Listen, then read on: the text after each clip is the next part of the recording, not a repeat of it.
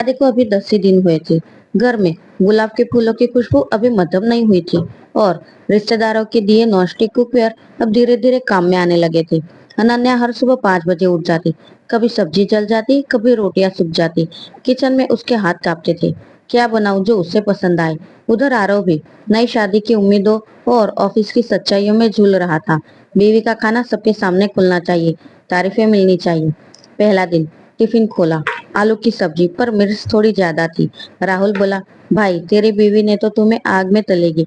आरव हंस पड़ा बाहर से। दूसरा दिन रोटियां मोटी थी। कोई बोला चप्पल जैसी लग रही है। आरव फिर हंसा, पर अब पेट नहीं दिल भर गया था। तीसरा दिन दाल थी पर नमक कम था, इतना कम कि जैसे बिना बात के चुप्पी हो रिश्ते में। इस बार आरव से रहा नहीं गया। शाम को जैसे ही दरवाजा खोला, अनन्या ने मुस्कुराकर पूछा, कैसा लगा टिफिन आज।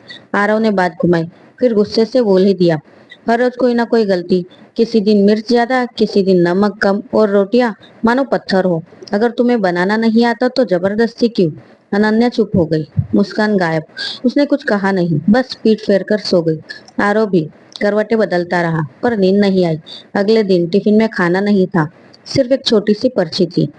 उसमें लिखा था, मैंने कभी खाना बनाना नहीं सीखा, पर तुम्हारे लिए सीखा। हर सुबह खुद से लड़ती रही ताकि तुम्हें घर जैसा लगे। तुमने खाना नहीं, मेरी कोशिशों का स्वाद चखा है, और शायद वही पसंद नहीं आया। आरव टिफिन लेकर बैठा रहा। खाना नहीं खाया उस दिन। दोस्त पूछते रहे, आज क्या स्पेशल है। उसकी आंखें नम थी, दिल में एक भारीपन था। शाम को घर पहुंचा। अनन्या चुपचाप किचन में बर्तन धो रही थी। पीछे से जाकर हल्के स्वर में कहा, माफ कर दो अनन्या, मैंने स्वाद की गलती को इज्जत का सवाल बना दिया। पर अब समझ गया हूँ, रोटियां गोल हो या नहीं, लेकिन तुम्हारा प्यार हर कोने में था। तुम्हारे हाथ की सब्जी से ज्यादा तुम्हारे भरोसे की जरूरत थी मुझे। अब दोनों सुबह उठते हैं। रोटी अनन्या बेलती है और आरव चटनी बनाता है।